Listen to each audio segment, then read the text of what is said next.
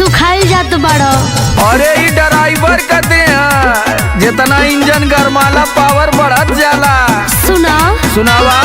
नया नया गावा नाके नया होठा लाली होठा चाटो चाटो चाटा चाटा। नया नया गावा नाके नया होठा लाली होठा चाटो चाटो तो दुबर रहिलो ए ड्राइवर गाड़ी हाको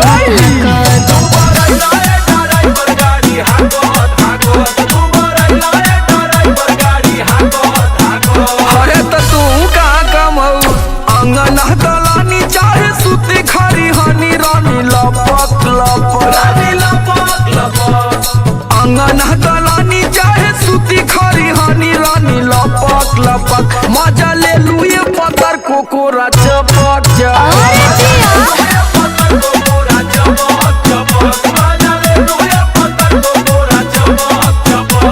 खाली हमारे गलती देलू हमरे पौला जब देखा तब लसियाई रहलू। अच्छा आज सुनावा। ई मेहरारू ऐसा लसारा है ना कि मन मार के ना जाइबो ना तो ट्रक बीचवे रोड पर सड़ जाई बुझला। ए ड्राइवर बोला ड्राइवराइन जेतने रसइबो रसवा चुइए जा मानी ना मनवा ओही में मुइए जा। भांग नहीं का रे का लगता जेतने रसइबो रसवा चुइए जान मानी ना मनवा ओही में मुइए जान। अरे धस गइल नखबा की होत ना बसाख गाल काटत काटत काटा काटा धस गइल नखबा की होत ना बसाख गाल काटत काटत तो दुबर रहिल ए ड्राइवर गाड़ी हाकत हाकत।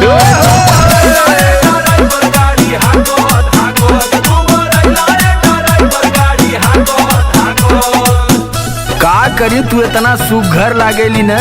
अच्छा तो के केतनो प्यार करी मनवे न भरेला।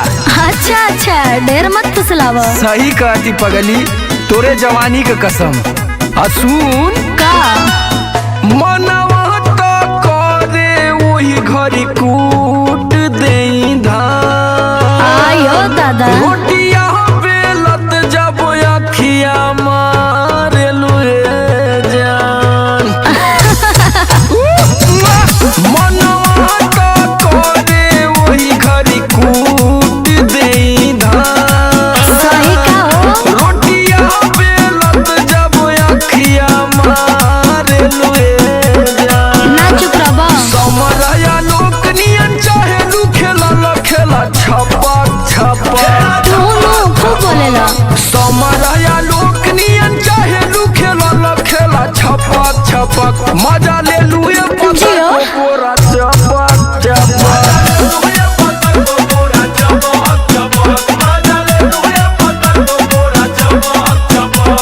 शादी कैले तो मजा ना ले।